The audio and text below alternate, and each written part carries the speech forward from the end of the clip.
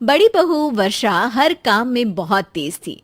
वहीं छोटी बहू हर्षा हर काम आराम से करती। वर्षा को अपनी तेजी पर बहुत घमंड था। वो बात बात पर हर्षा को ताना मारा करती। एक दिन वर्षा किचन में खाना बना रही होती है और हर्षा से कहती है, देवरानी जी, इतना धीमे धीमे खाना बनाओगी तो लोग भूख से मर जाएंगे। पिछले जन्म में कछुआ थी क्या? मेरा तो पता नहीं, आप बहुत तेज हो। आप पिछले जन्म में घोड़ा थी क्या? वर्षा आराम से चली जाती है। खाना खाने के बाद वर्षा का पति गौतम, हर्षा का पति लोकेश और उनके माता पिता बैठकर टीवी देख रहे होते हैं। तभी सास कहती है, अरे रामायण लगा दो हर्षा। हर्षा धीरे धीरे चैनल बदलती है। जब तक रामायण के चैनल पर पहुंचेगी रावण मर भी चुका होगा। हाँ बेटा हर्षा, जल्दी लगा देना, राम भगवान के दर्शन कर लूं। जी लगा तो रही हूं। इतना स्लो? सासू माँ इतने में तो अयोध्या जाके राम भगवान के दर्शन कराएंगी। सब वर्षा की बात पर हंसने लगते हैं। वर्षा हर्षा के हाथ से रिमोट लेकर रामायण लगा देती है। हर्षा बुरा नहीं मानती और वो भी हंसते हुए वहां से चली जाती है। एक दिन हर्षा खाना खा रही होती है। तभी वर्षा वहां आके कहती है, अरे कितना धीमे धीमे खा रही हो। इतने में तो शादी में 100 लोग खाना खा लेते। आधे घंटे से खाना खा रही हो तुम। अरे खाने को चबा चबा कर खाना चाहिए। हाँ हाँ, आप तो चबा के भी खाती हो और दबा के भी। अरे आपको मेरे धीरे खाने से दिक्कत है या ज्यादा खाने से? अरे आप धीमे खाओ या ज्यादा खाओ मुझे क्या।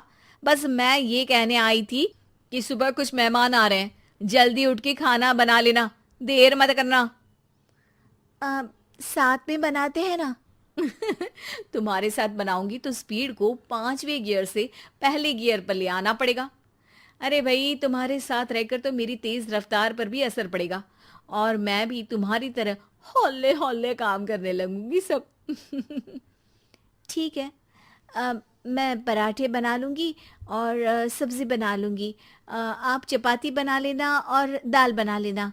हाँ हाँ ठीक है, पर अलग अलग ही बनाएंगे। अगले दिन हर्षा जल्दी उठ के काम करने लगती है और वर्षा सुबह उठ के ये सोच के वापस सो जाती है कि काम तो वो तेज कर ही लेती है। अगर थोड़ी देर सो भी जाएगी तो भी हर्षा से पहले तो काम निपटा ही लेगी। हर्षा बेटा, आज भगवान के लिए थोड़ा जल्दी हाथ चलाना। हाँ, मेहमान आने ही वाले हैं। जी हाँ माँ, आटा गूंद लिया है, आलू उबल रहे हैं, पराठे बनाने ही वाली हूँ, फिर सब्जी भी बना लूंगी। इतने में ही वर्षा वहां आ जाती है। माँ जी, मेरा तो आप टेंशन ही मत लो, अभी उठी हूँ, लेकिन देखना खाना फटाफट राजधानी एक्सप्रेस की स्पीड से बना दूंगी। इतने में ही मेहमान आ जाते हैं। आइए आइए आइए, खाना बन ही रहा है, चाय बनवा लेती हूँ पहले आपके लिए। सास किचन में आती है। वर्षा, वो लोग आ गए, चाय बना दे जल्दी से। हर्षा को नहीं बोल रही क्योंकि वो तो सुबह की चाय देने में शाम कर देगी। चाय बन भी चुकी है माँ जी। वर्षा तेज ही नहीं, सबसे तेज है। आप चलिए, मैं चाय लेकर आती हूँ। वर्षा मेहमानों के सामने चाय लेकर जाती है।